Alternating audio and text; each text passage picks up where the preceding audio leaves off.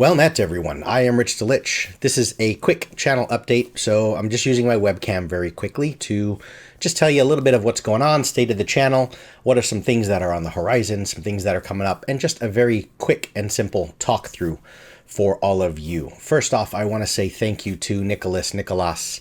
He recently joined my Patreon and is supporting me by offering to purchase a cup of coffee, if not more, for me each month. So thank you so much for your generous donation and for contributing to my efforts on this channel. So where are we on this channel? This week is going to be a little bit slower. I don't want to promise, but I should have some stuff up later in the week, perhaps Friday, if not Sunday at the latest, maybe even 2 videos. I'm going to have some stuff uploaded. I'm going to continue going with the trend and keeping the consistency, but my side job, or I should say my main job, outside of doing this hobby, passion, fun for YouTube videos, is I'm a coach, a trainer of athletes and whatnot. And this coming 5-week period is what we like to call sort of our Olympic season. So it's pretty busy. I've got a lot of stuff that I've got to wrangle in once I get home from work. So I've actually got some things I got to take care of. So I'm not saying that the video stuff is going to necessarily be slower, but just be patient with me, all right, folks? Here's what's coming up on the horizon, though. This is some good stuff. I am very grateful and blessed and fortunate that people are taking notice, especially of my reviews. I have been reached out by, whatever that means. Some folks have reached out to me, and notably, some of them are even publishers of custom content created for D&D and tabletop role-playing space. Some of these publishers have reached out to me, and I have a queue, a backlog, if you will, of some content that was sent to me that I am going to be doing a review on. I have no less than 4 to possibly 6 already sent things that are in the pipeline that I'm going to be doing reviews on. I will do a review on all of them as long as there's something I believe of worth once I kind of digest it on my own off screen. If there's something that I think is of value that either can be brought forth in a review to help those that are creating it, should they create different iterations or versions to help them make it better, or, of course, quite simply, if there's something of value to my prospective audience or prospective buyers, I will do a review on these things. So I've got a lot of reviews coming up of sort of that DM's Guild drive-through RPG stuff. Again, thank you for all of those, and you know who you are, especially if you guys have followed along and you're my subscribers as well. Especially Darren Scott. I've done a couple of his reviews. He's kind of reached out to his community of writers and creators, and they've all reached out to me. So, hey guys, things are going really well. I've got publishers reaching out to me, asking if they can send me some stuff for me to take a look at. So, really, really cool on that front. There's some good reviews coming out.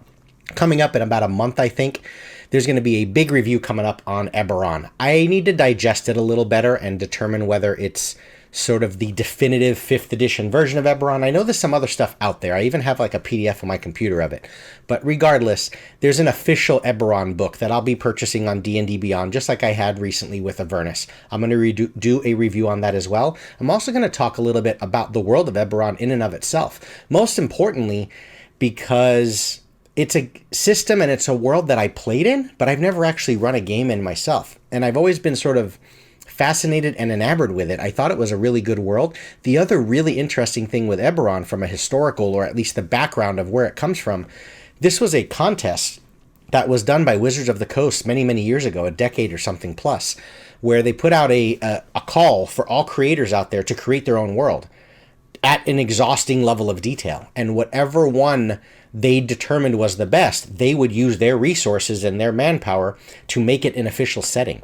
Eberron is often synonymous with Forgotten Realms to some people, and talked about as like a default, like the essence of D&D setting. It's one of the more famous, well-known. So with this kind of push towards getting Eberron into the 5th edition space, and the fact that it came from someone like us, someone like me, sort of just that creative fan, that passionate person that had their own world they were running for their players or whatever they were doing, and it became something that we can all love and enjoy. So I'm kind of fascinated by delving a little bit into it, also because I don't know a whole lot about it. As I said, I've played in it multiple times in 3rd edition and 3.5 with other DMs and friends of mine, but I've never run it myself. So I'm definitely going to go on a little bit of a, not a I'm going to take that road, that Eberron road, once we start getting towards the release of that official book.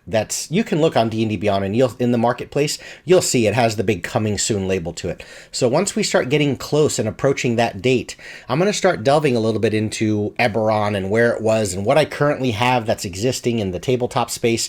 What are some content that's been made for 5th edition, so on and so forth. So I'm going to talk a little bit about that. I'm going to show you guys Blood of Mages. It's a current sort of D&D setting that I'm working on as well. I'm also going to start talking and creating some videos on design, like the actual behind the scenes, whether you want to look at it from the perspective of Adobe InDesign or Photoshop tutorials, but specifically looking at everything from outside of the tabletop D&D space and thinking of graphic design 101. You hear me talk about this in my reviews all the time, but what I want to do is I want to talk about design from a designer's point of view, someone that is not a geek and a nerd as we are that's into tabletop role playing. But I think you'll start noticing there's some patterns and trends to aesthetics, and these are the things that allow certain worlds to stand out for us more than others. This is what allows certain books to draw our attention, certain layouts, and just design 101. So I want to kind of create some behind the scenes of using some of my experiences and backgrounds as a designer, not as a D&D player or a dungeon master. And I think you'll see how it kind of meshes together to just create some really cool, visually stunning and appealing content. I think I'm also going to do a little bit of a playthrough, getting back to my roots of playing some video games. There's a video game that I need to delve into much more that I haven't played much. It's Divinity Original Sin 2. It's considered one of the best, kind of in that Baldur's Gate, what is it, Baldur's Gate 2, Shadows of Am or something like this, Planescape Torment, kind of in that top-down sort of isometric view. It's considered one of the best that's ever been made.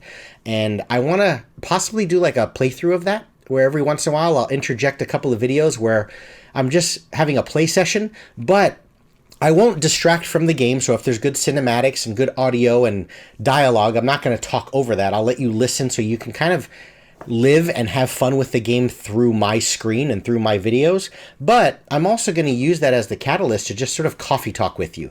Just talk about, ooh, that was a cool moment in the game, and that inspires me to think about this and that. Another video series that I may be starting with is as I'm starting a new campaign in Avernus starting this coming Saturday. I'm not going to film it. I'm never intending to do that. That's sort of my private thing with my group, my players. But I may give you kind of the behind the scenes, sort of the recap, the cliff notes, if you will, of how that session's going, some things that came up, tell you some stories, cool bits, so on and so forth. So as you can see, guys, there's going to be a lot coming up on the channel. Thank you for all those that are donating, that are sending things to me. Put some notice out there, guys. Just, I never want to market and say, hey, go here, go here. But if you want to look for me on Patreon, it's patreon.com/allthingslich. Also, as I reach the sort of default number of subscribers necessary for YouTube, my YouTube channel no longer has some weird wonky letters and symbols at the end of it. If you want to send people to my YouTube channel, it's quite simple. It's youtube.com/allthingslich. Yes, I can always say, hit that button, subscribe, whatever, do whatever the hell you want to do, right?